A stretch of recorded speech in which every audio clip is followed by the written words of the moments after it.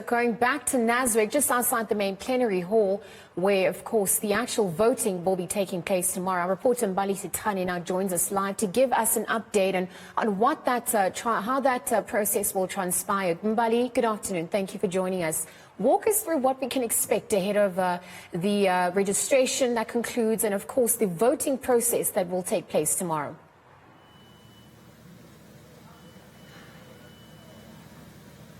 Well, of course, Liesl, preparations here at the main plenary hall in Building 6 at Nasrec are, of course, in full swing.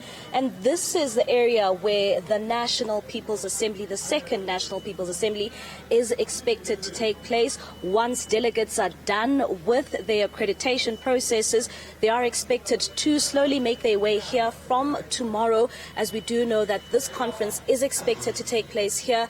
And, of course, as you said there, we did hear in that press briefing much earlier on today saying around 2,100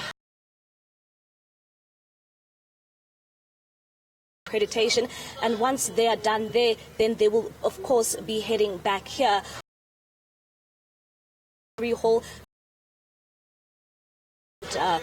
provinces to engage in their policy documents. We've seen those policy documents being released much earlier on by the EFF, talking about what they will be discussing at this specific main plenary hall. But also we do know that one reason, Liesl, why we are also here and this is taking place is that the EFF is expected to vote in their top six. They are also expected to vote in their central command team. So that is, of course, going to be happening here. We also saw this morning, while talking to a number of delegates who have made their way from the various provinces, I mean, all 9 provinces have been represented here.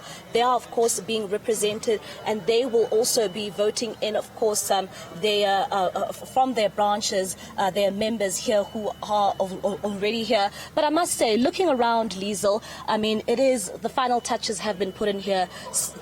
Issues like sound, that has already been tested.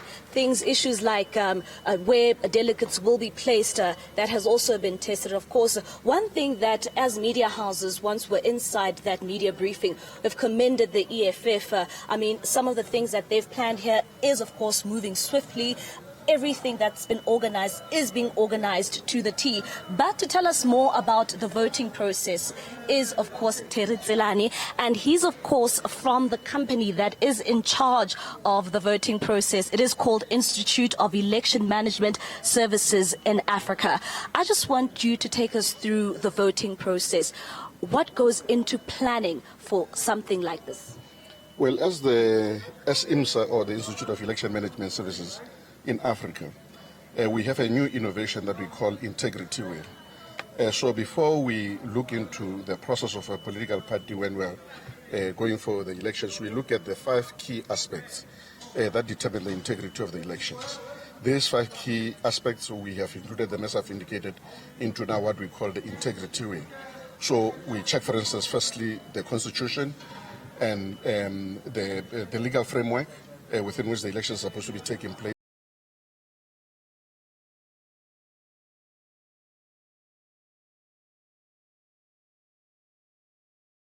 And the second aspect that we look into now, depending on the number of people who will be attending, we start looking now at the electoral staff. How many people do we recruit?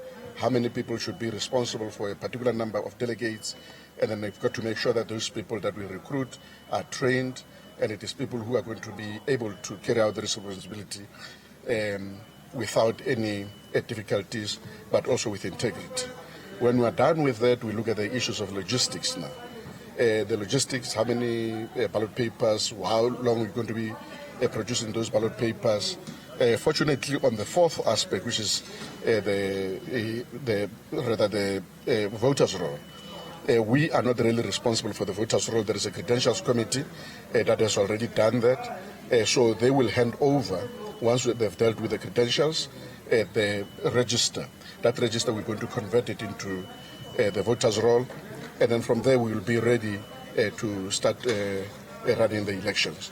You may be aware that in terms of the processes that the EFF has chosen, nominations are not done in advance. They're going to be done here in the hall. So we have structured our system such that we have at least one person per 100 delegates in order to be able to make it easy to manage the issue of nomination process. So one nomination process has actually been done. We will then be ready to produce the ballot paper. There is going to be contestation. If there is no contestation, we will still prepare a result slip.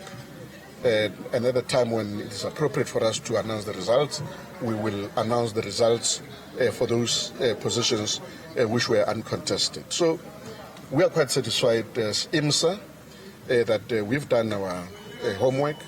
We've prepared thoroughly for this conference.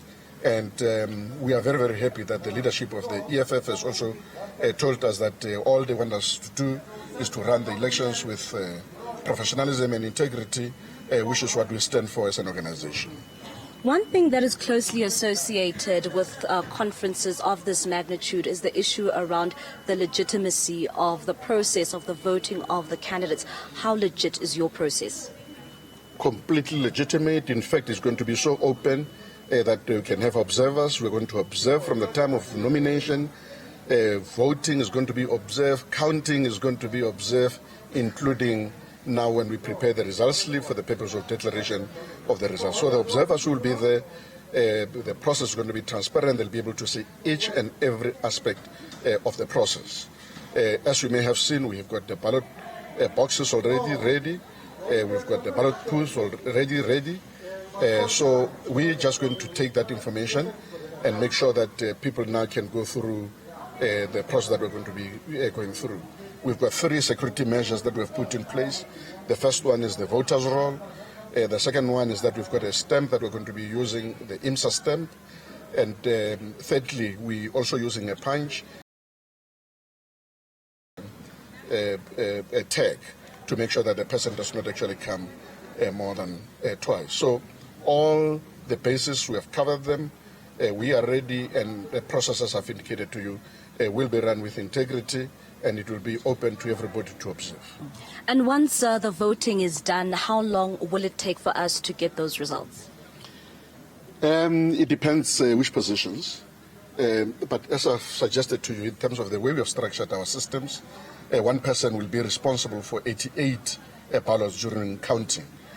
So it should be relatively easy if one person has got 88 ballots. But when it comes to additional members, assuming that there is contestation there, remember that we've got 35 additional members. So it would mean that if you've got, for instance, 40 people nominated for 35 positions, you've got to go through a laborious process of having to choose the 35. Each delegate will be given in one ballot. So that one could be a little bit tedious, but the top 6 positions, I think the results would actually be given within a very short space of time. All right, thank you very much. Of course, that is Mbali Thethani. He is the executive chairperson or chairman for IMSA, who are responsible for the voting processes here. But voting will not be taking place today. Voting is going to happen tomorrow, much later in the afternoon. And we are expecting those voting results to start trickling in from Sunday. For now, it's back to you in studio.